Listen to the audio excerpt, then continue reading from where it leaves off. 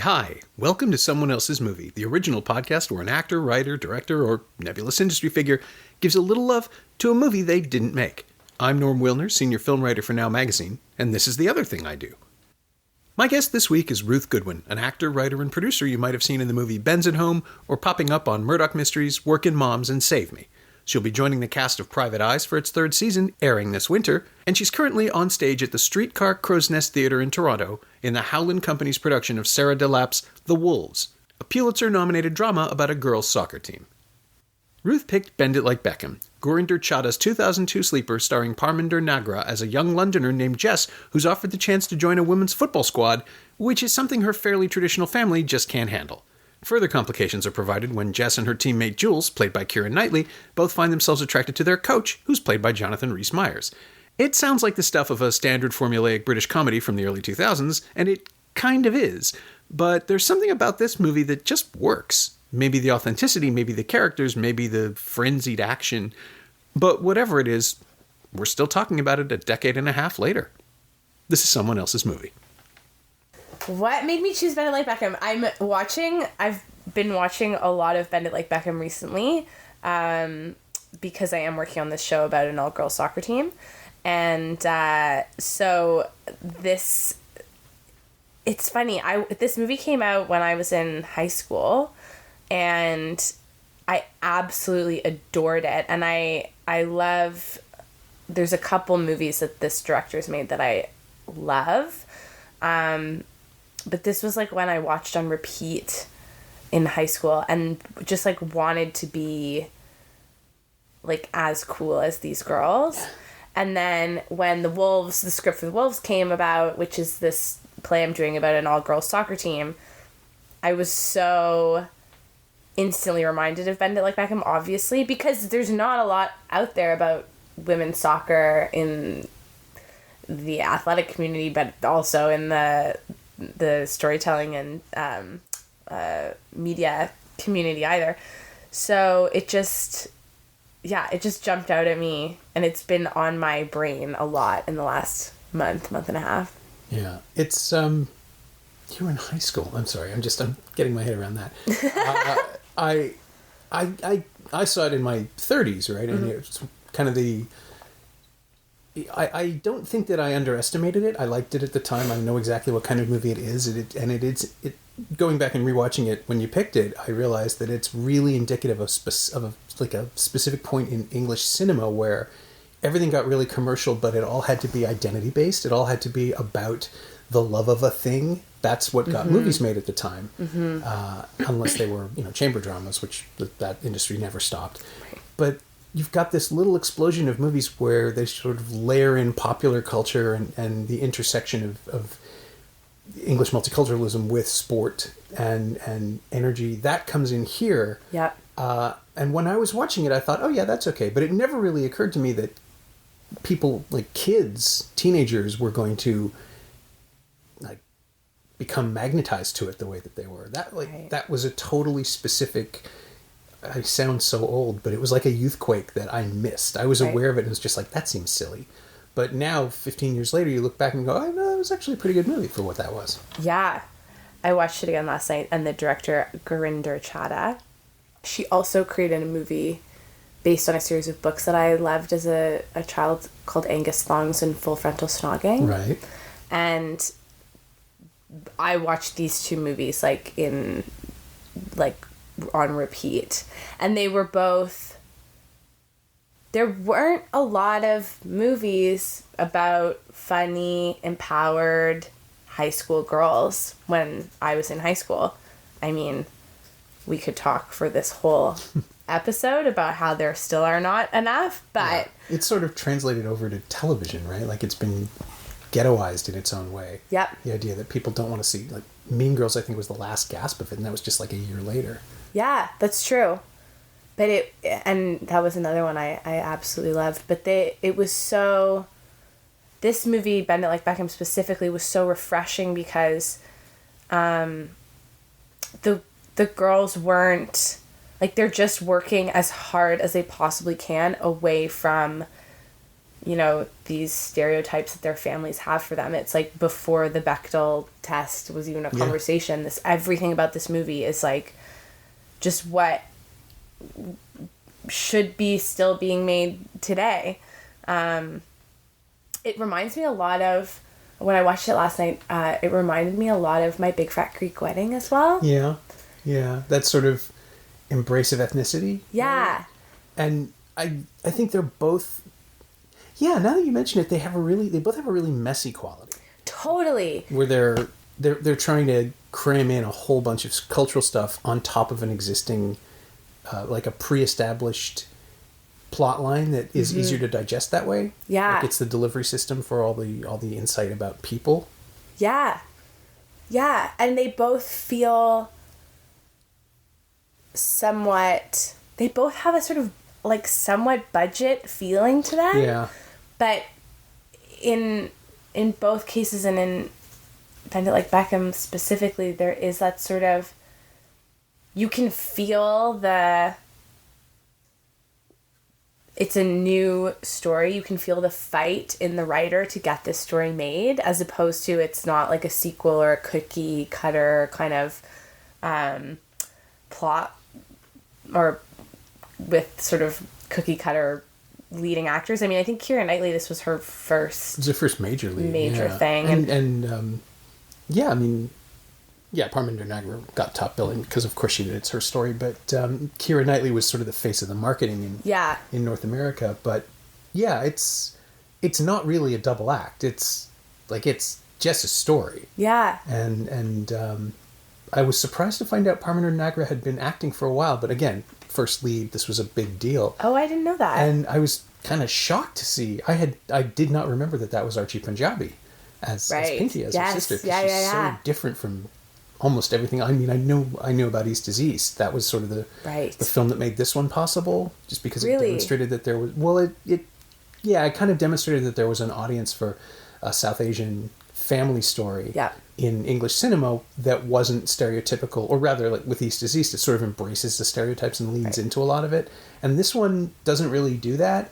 They're anglicized. They're the conflict of being traditional to their Indian roots is the same story as in East is East, but in East is East it was much more broad, and it was sort of it was a comedy about assimilation.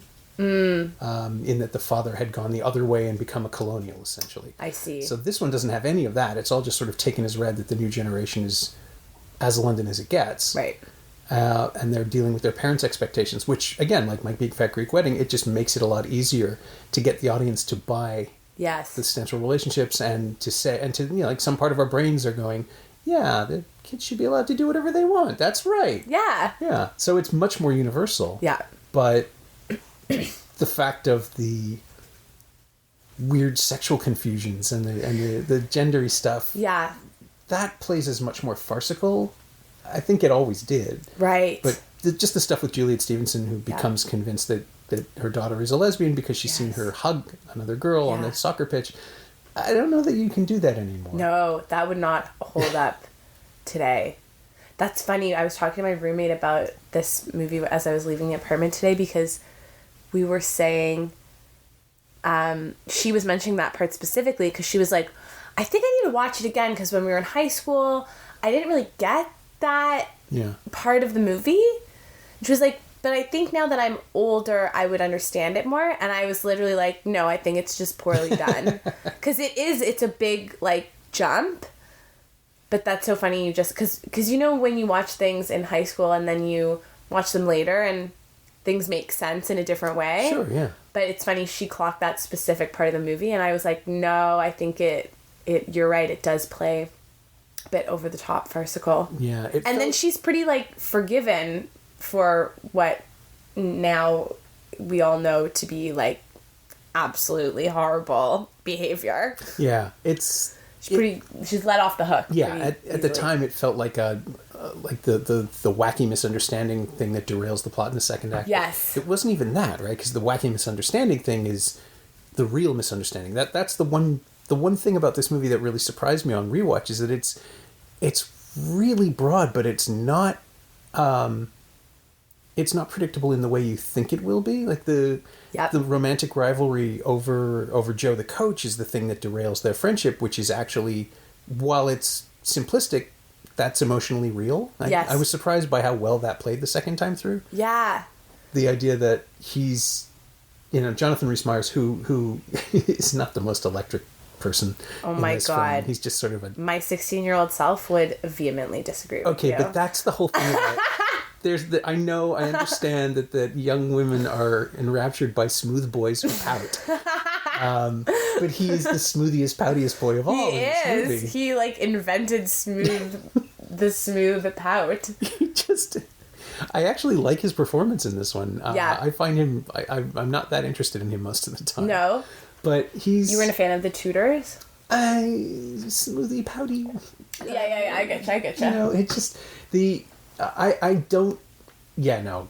Kate watched. My wife watched The Tudors. I think the first season, and every time I came by, it's just like, okay, Henry VIII didn't have access to a Nautilus machine. Yeah. First of all, and he's so sad and pouty, and now sex with someone else. It's those shows have never done it for me. True. But he works in this because he's an unattainable object, right? The whole point of Joe is that he's their coach, and they can have feelings for him, but he can't reciprocate, and it's surprisingly grown up about that. Yeah. Again, it's one of those things that could have been a really clumsy piece of storytelling, but because the world that we're dumped into is so well drawn, it just you buy it, and everybody gets to be, Joe's problems with his father, which are kind of one-dimensional in that he won't talk about them, and all we have is they disagree about something. Yeah.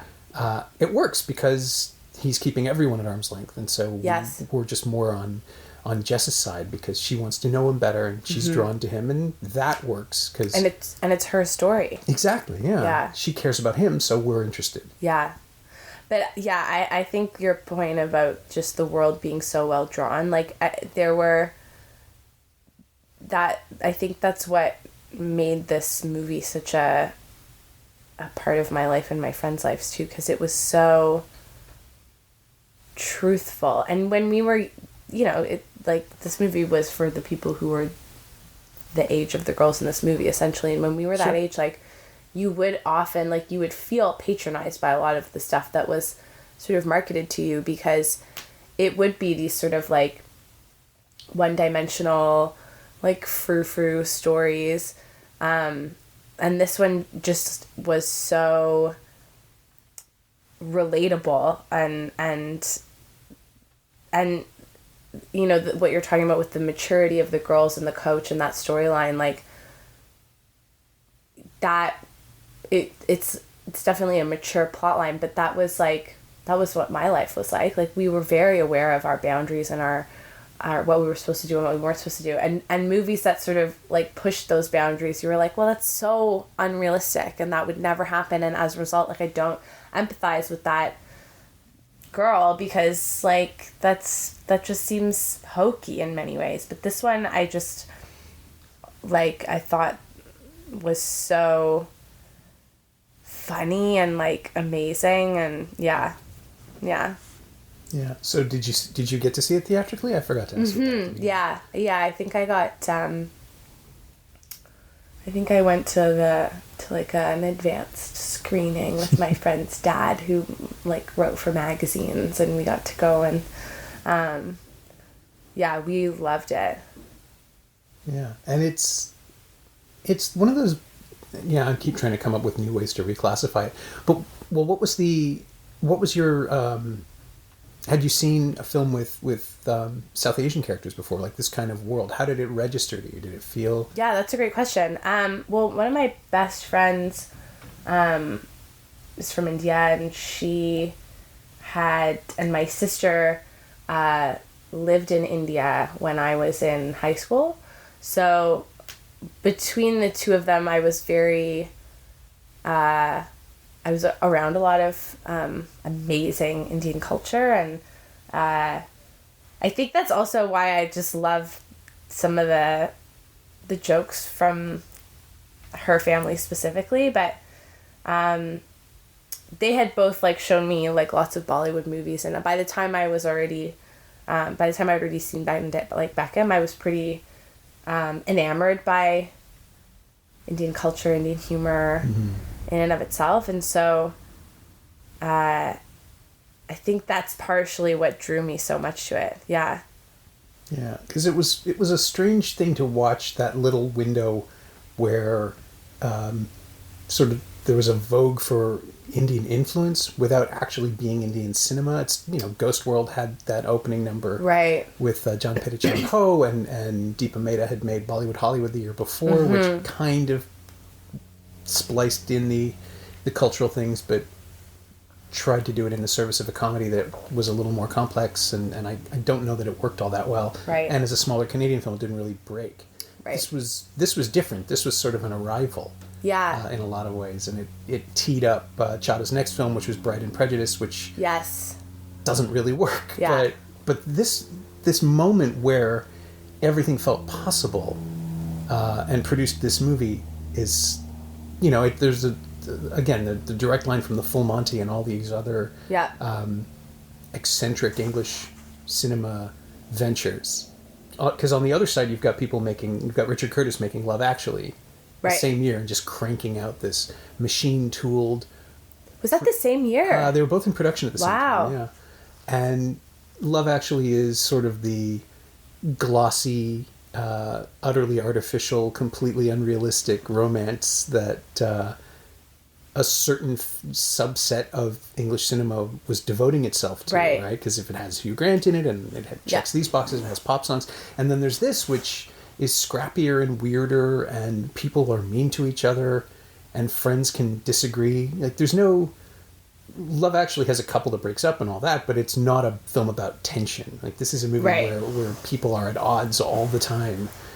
Just that opening with the sisters squabbling in the house, and suddenly we realize, oh no, they're not going to sugarcoat anything. This movie is going to be about people who have anger, and have to find a way to. I mean, and it doesn't. I kept thinking the first time I saw it, and again when I just rewatched it, it's like, oh yeah, they don't do a lot with her anger. She's, you keep expecting it to make her the great soccer player. That's the thing that will motivate her, but she's already a great soccer player. Yeah.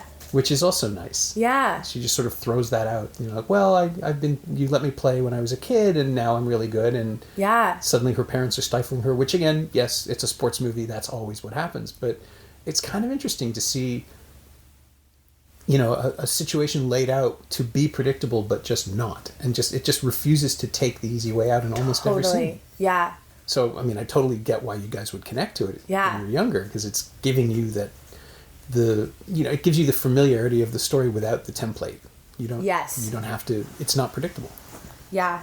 And that's just phenomenal storytelling, like at its best. Why do you think it worked so well when it came out? I feel like when I was younger, I wasn't like aware of like where it was lying in the like trajectory of cinema at the time. I was just like so excited by it. But what do you think like led to its success? I think that's probably it. I think the fact that there were people who could just, oh, I want that. It fills a hole that you didn't know you had in terms of what you were looking for entertainment. It's idiosyncratic. It's weird. And its character dynamics are noisy. It's very. I said it was messy because it sprawls out over all of these little plot lines, but it also has the sense that, and this is the thing that the best English indies did at the time, it feels like there are lives colliding with each other all the time, that everybody is coming from somewhere, going somewhere else. We never really find out about what it is her father does at Heathrow, but he's always talking about going and coming, and it doesn't really matter in the end what he does. He works there. But it's just part of the color of the film, that the more you learn about these people, the more there is to learn, and the fights over shoes, and the way that Jess's family values certain things that other characters aren't even aware of or don't even care about. The relationship she has, like the way that Knightley's character is introduced, was just sort of watching as she goes by. Again, it's a cliche in its way, because it's every sports movie has somebody being discovered. Yes. But she's discovered by another teammate rather than a scout or a coach. Yeah. Which makes it all kind of instantly relatable and safe. Yeah. Right? I think she's not being groomed or plucked. There's no miracle kid story, which is what these sports movies almost always have. She's just a good player who gets to be on a team with other good players. And I think, like, also, I mean, to that point about how Keira Knightley's character is introduced, I mean, we've seen that time and time again, but we have not seen that with women. And when we talk about the archetypes of sports movies, the movies we're referencing are not about women's sports movies. And I think that was such a, I think that, I mean, we're finding with the Wolves as well, that it's like women playing soccer is not to be, is no small thing. Like, and it has led to, has amazing audiences built into it and is so powerful and uniting for girls who have grown up on teams, any team, soccer team, any teams, and with like a passion that, society in general is basically saying, like, it's not just her parents, like they're up against, there's no way to professionally play football in England, they have to go to America, and like society is basically saying, like, for you ladies, this is not an option. And I think, like, even, however many years ago when this came out, that was so uniting for girls. It's it's something that, like, obviously we're talking about so much in the media these days, but can't be talked about enough, in my opinion, because it's all of the sort of archetypes that this movie has, we've seen them, but we've seen them in a much more male-dominated industry with a lot more, like, male-dominated stories. So just even in and of itself, taking those archetypes and making them about women and Indian women, like, I think makes it so, just made this movie so revolutionary, which it was. There's no denying that this movie, like, came out and changed something. Yeah, I was trying to think of anything else that might have been in theaters around the same time that was centered around women in sports, and all I can think of is Bring It On.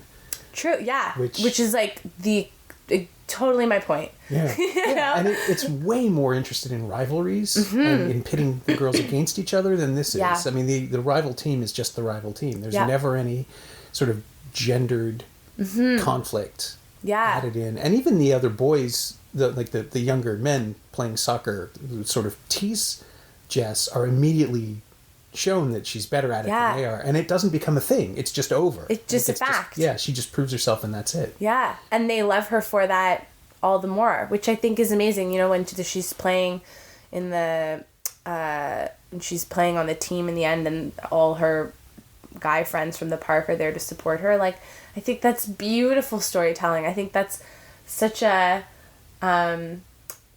it's small and you don't notice it that much, but the fact that these guys are all there to support her and her father's there, and they all have this, like, love of soccer that they can all relate to above and beyond the politics of everyone's personal behavior, I think is so, it's just such a beautiful film. Yeah, it's got an unexpected empathy, I suppose, is too easy. It's just got a warmth for almost everybody. There are no villains. There are just a couple of people who don't really understand what's going on and react badly. And everyone has the very best intention, which is what life is. And that's what filmmaking should be, and storytelling of any kind. Like, everybody thinks that they are the hero of their story. And if you can really show in any film, theater, TV, like, if you can show the good intention that everybody has with their horrible mistakes and slip-ups, then you've really captured the human existence, I think. Yeah. I mean, the worst thing in this movie is being shallow and not seeing people's potential or not understanding what it is that they really want. Yeah. There's at least one closeted character who stays closeted, which I thought was interesting. That's not a big thing at the end. It's his story and he'll deal with it his own way. There's a generosity towards all the supporting characters there. They're not there to be cardboard cutouts. They're there to actually serve a purpose and maybe further their own stories a little bit too. Yeah, when the dad has all the times been saying, you know, you have to be more of a woman, you have to listen to your mother, you have to be more of a woman, like, that's why I don't want you playing soccer. And then the coach comes and visits, and the dad has this whole story of experiencing racism when he first moved to London and loving soccer himself and saying, like, if they won't let me and our guys play, why would they let our daughters play? I mean, that was such a perfect example of everything you assume upon a character in this film is wrong, because you can't assume anything about humans. And he, you know, like, it's like instinctually, you know, we all have our own biases. Instinctually mine are like, oh, that dad, like, just wants her to be a woman and, like, be feminine, and he's bad. Yeah, Jess says as much herself really early on, that she's laying out her parents' expectations for her, and she's wrong, but she doesn't know it. Yeah. And she's internalized totally the wrong lesson. Yeah. But everybody's coming from a place of good. I have to say, I did... they were gonna mount. There's Bend It Like Beckham the musical. Is it really? Yeah, and it's Nothing rhymes with Beckham. Beckham. Let them hear you in Peckham. Yeah, exactly. Yeah, exactly.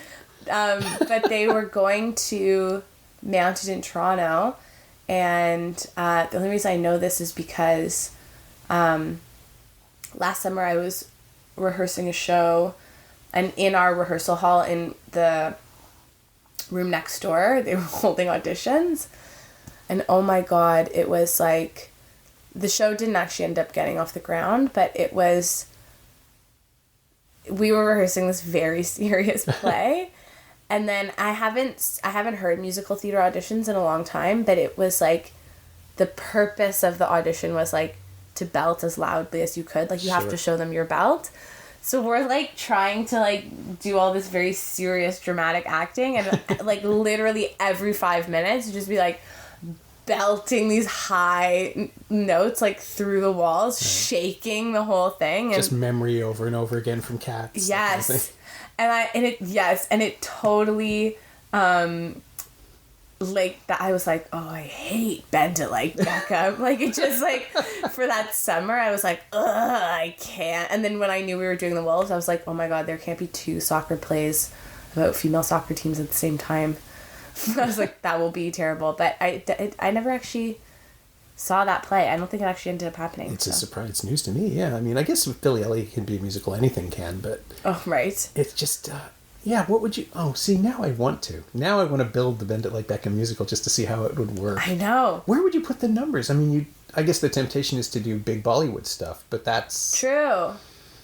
Iffy. Yeah, and the way these girls were belting, it sounded like just a real classic. Yeah. I mean, given that you've got Beckham, you've also got Victoria Beckham, so maybe you could make a Spice Girls thing go in there. And true. A series, like a jukebox. Oh, no. See, this is how these things happen. I know. People just start brainstorming, and then they're real, and you can't stop them. And then you can Bring It On has a musical as well. Yeah, I did know about that. Yeah, Legally Blonde. They can make it... You can make a musical out of anything. You can. You shouldn't, but you can. You definitely shouldn't. No. How would you even... Like, what would the... Because musicals need simple conflicts, simple arcs. I guess the family thing is enough to drive a Bend It Like Beckham musical. The romance... Maybe, but it's a triangle for like 3 minutes. It's so quickly dispensed. Yeah. Which again I admire, because it doesn't try to milk it for the entire thing. They're kids, they get over it, they're more interested in the game anyway. Totally. And the one thing that doesn't really make sense in the whole movie at the very end is when Rhys-Meyers just joins them at the airport. I know. And it's creepy. Yeah. Like it's kind of creepy. And her family doesn't even acknowledge him. In the big waving montage at the end, he's like 2 feet behind everybody else. It's like they know it's not right. Yeah. Some part of the film knows that this is a good idea. Yeah, because there was like, okay, no, she's gonna choose like soccer, and yes, it would be like too much for her family, and like there's that scene where you're like, great.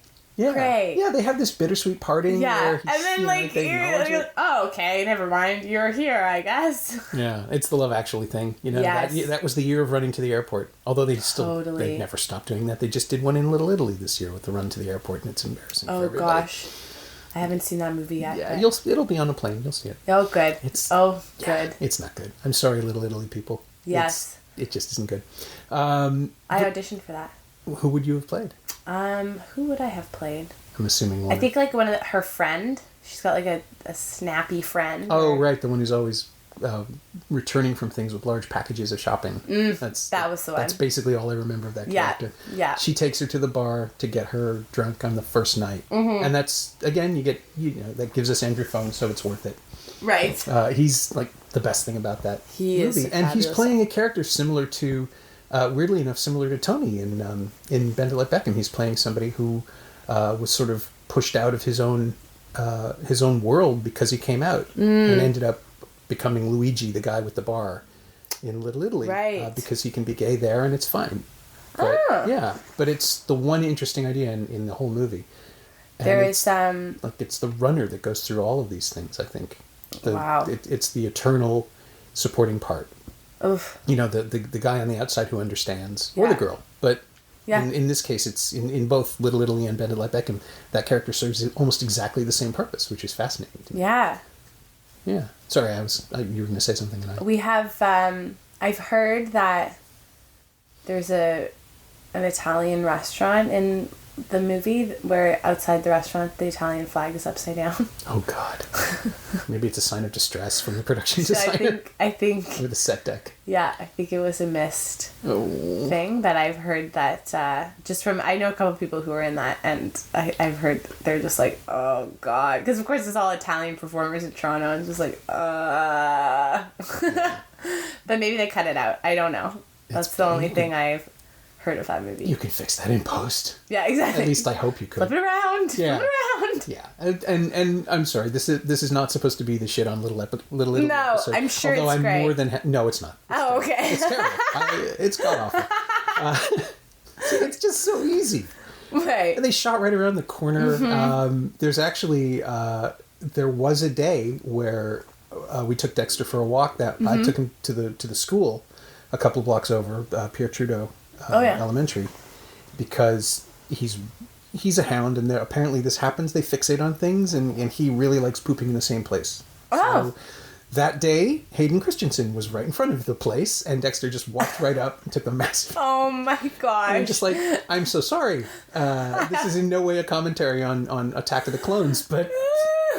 I have a hound and he fixates on he had to. He really had to. That's hilarious. He really had to poop in front of Hayden Christensen that day. And it wasn't...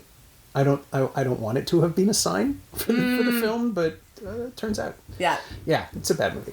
Yeah. But it is in a weird way, and I think that's why I keep thinking about it.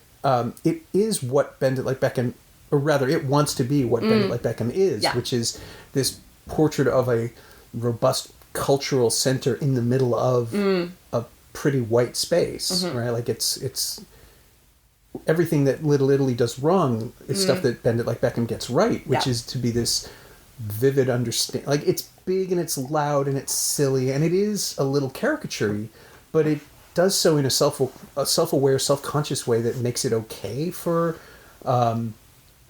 international audiences to connect to it. Yeah. And Little Italy just instantly, it's like, oh no, I know what you're trying to do, and I've seen it done right, and this is the fake version. Yes. But that's what, and I keep trying to figure out, like, Gurinder Chadha said that this was a movie that she wanted to make because it was her life, even though it wasn't. She didn't live that life, but she related to every piece of it. That was how she explained it, I think, at the time, and it's probably on the commentary track somewhere. But it's so bespoke, like it's so personally put together that the running gag about people cooking aloo gobi, which you never see, but they're constantly talking about it. There's a video on the DVD of her cooking it on camera because she said, like, this is how you do it. Wow. And it's one of those things that feels really eccentric for 2 minutes. Like, is this some kind of bizarre vanity video? And then the more you watch it, the more it seems like really clear. This is exactly what she's talking about. Like, she baked this authenticity into the movie. Yeah. This is the world she sees. That's beautiful. It kind of is, right? Like in a movie about a girl who wants to play soccer, somehow also you have this massive, heartfelt understanding and study of integration and assimilation and what it means to be other in England in the early 2000s. And, you know, like, this is right after 9/11, too, where tensions against brown people in the U.S. were very, very different from what they were in the U.K., and it was kind of nice to see something come out that wasn't ever politically charged. Right. Like, there's that little conversation they have about who they're allowed to date early on when Jess is explaining the caste system of racial dating to her teammates, and that's it. It's never touched upon. Mm-hmm. I mean, there's some tension later about maybe if she ever got together with Joe, her parents wouldn't be ready for it. But we get to know them by the end of the movie well enough that they probably will be fine. They also, I think, know it won't last. I know. Yeah. You're also like, how old are you? Yeah. Come on. He's got some issues. Yeah. He's got some stuff to work on. Yeah. But he's so smooth.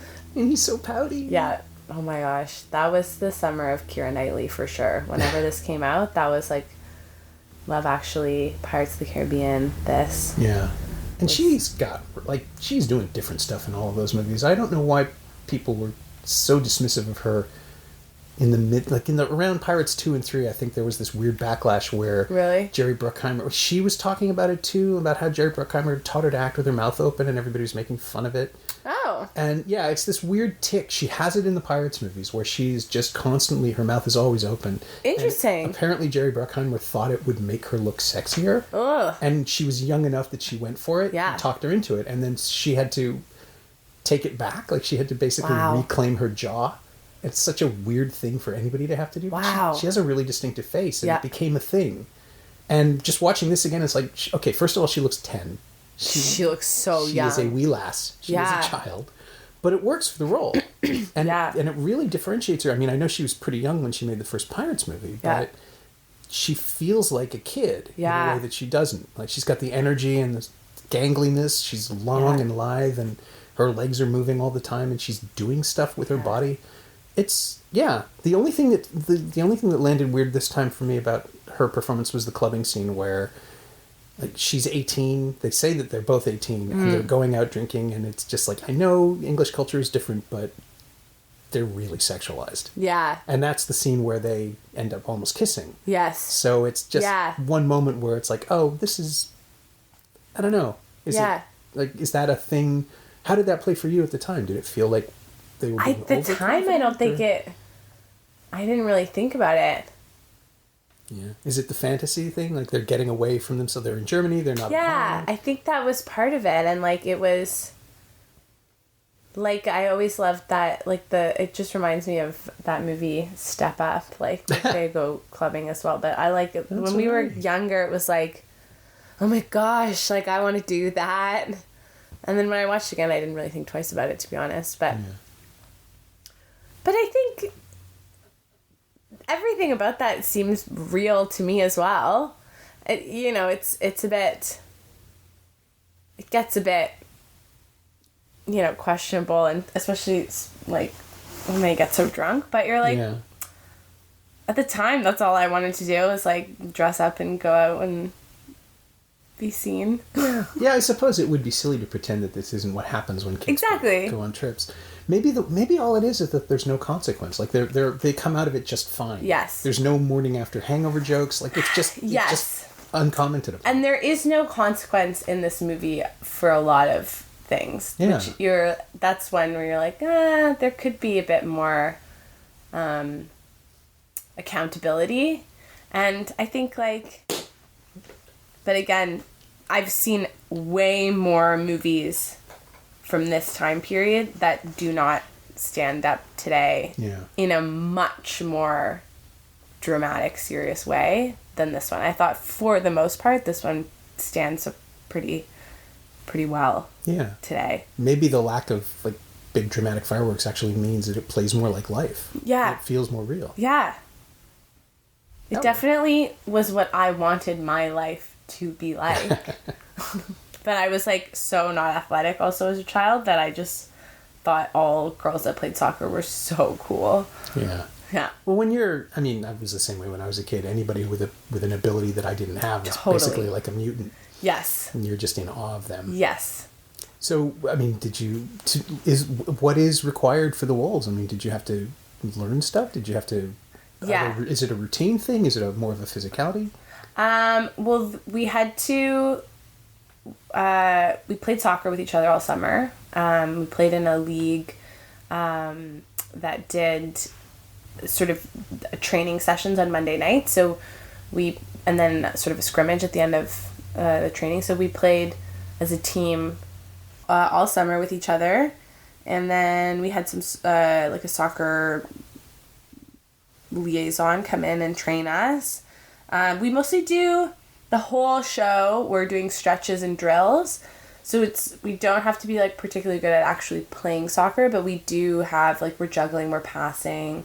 So we just had to get pretty tight control with the ball. We do like a spider web thing, which it's just, I guess, a warm up I didn't know about.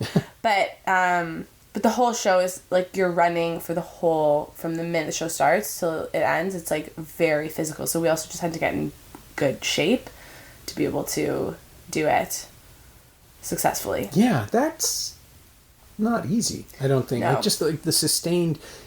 Somebody told me once they were doing. Oh, it was Noises Off. It was just. Like oh my gosh, I summer love Noises Off. Yeah, but he found out he was developing calves because he was constantly waiting to move. Like he was really standing on the balls of his feet for the whole thing. He Yeah. didn't realize it. So at the end of the run, it was like a summer stock thing, I guess it must have been. Mm-hmm. And at the end of the run, it was just like, yeah, I was like built. Yeah, Noises Off would build you up for sure. That's another explosion of a play. Yeah, but you're just, I mean, being on stage is in and of itself increases your heart rate for sure. Yeah. But we also like, we're doing all these drills, but there's no bumpers to the audience, so the control is really important. Like we haven't lost a ball yet, which has been great, but it's like the way the show's written, everyone's talking basically at the same time. It's kind of written like a composition of music. Mm-hmm. So you kind of have like usually like the main conversation, and then, you know, the playwright likens it to like, and then you'll have like a little softer conversation over here, which is kind of like the flute, and then like kind of like, but it's very challenging to do that and maintain control of the ball. But we're getting pretty good at it. Cool. Yeah. I'm intrigued. Yeah, I mean, this sort of gets us there already, but the final question of the podcast is always the same, which is there anything of Bend It Like Beckham that you have borrowed or stolen or copied or absorbed into your own creative DNA? Is there something that you've used from the film? Oh my gosh, great question. I'm a writer and a producer as well, and as well as an actor, and I've alluded to it a bunch of times during this interview, but I love female stories. I am somebody who didn't, like, when we were in college and everyone was like quoting Old School and like all these Will Ferrell movies, like I was never somebody that quoted movies, and I didn't know why, because I was like always like fun friends with people, and I just never like watched movies and retained quotes because they didn't, like, in retrospect, I feel that they weren't about me. Like, they were about the male story. Sure. Yeah. And films like Bend It Like Beckham have influenced my career in so many ways, just because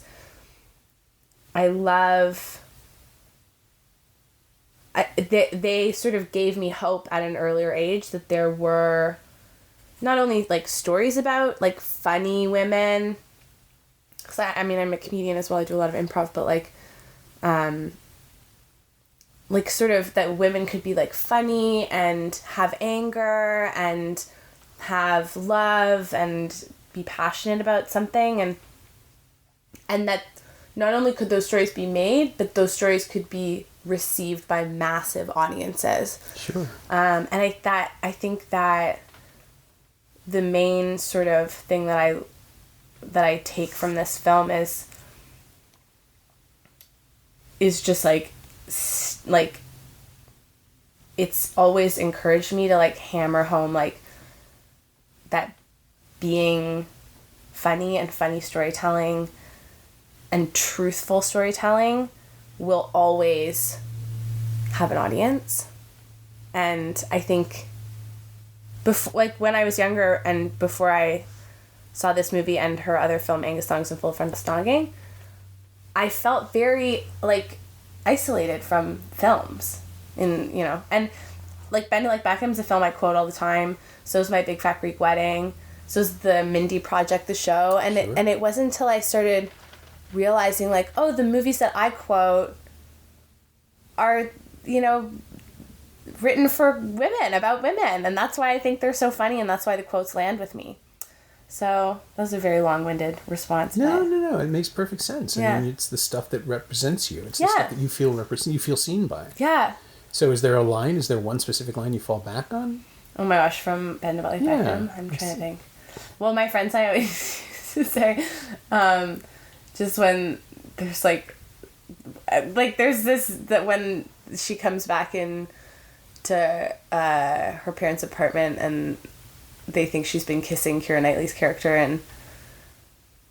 and she's like, I was at the bus stop but with my friend who's a girl, and the mother is just like, oh, these English girls, they have such short hair these days. That's right. But like me and my friends always say that. We're like, oh, these English girls, they always have such short hair. I don't know why. That was just like one of those like that landed when we were 16, and it's just an inside joke with a very specific group of friends that I have. There was like a series of movies that I think we all watched at a certain age when you could literally finish a movie and then just begin the same movie Sure. again. And this one hit me in that like period of time in my life. So yeah, we would just have sleepovers and like it would be over and then we'd just be like, let's just watch it again. Yeah. Yeah. Yeah. It was horror movies for me. It's very different relationships. Yeah. But it's always there's always like I feel like everybody has like 8 that they can quote until the cows come home. Yeah. Yeah. Well, this is not a bad one to have in the in the holster. Exactly. Yeah. My thanks to Ruth Goodwin, who's finishing her run in The Wolves on stage at Streetcar Crowsnest in Toronto through this Saturday, October 27th. Tickets are still available at crowstheatre.com. And you'll see her on Private Eyes when that show returns for its 3rd season later this winter. Thanks also to Suzanne Cheriton. She knows what she did. You can find Ruth on Twitter at Ruth_Goodwin, and you can find Bend It Like Beckham on DVD from 20th Century Fox Home Entertainment. There's no Blu-ray edition in North America, which is weird, but you can find the HD version on iTunes and Google Play. As always, you can find me on Twitter at Norm Wilner and elsewhere on the internet at nowtoronto.com. You can also find this podcast on Twitter at Semcast, SEMcast, and on the web at someoneelsesmovie.com. If you feel like leaving a review on iTunes or Apple Podcasts or wherever you enjoy the show, that would be greatly appreciated. Every little bit helps, it truly does. Thanks for your support, and thanks for listening.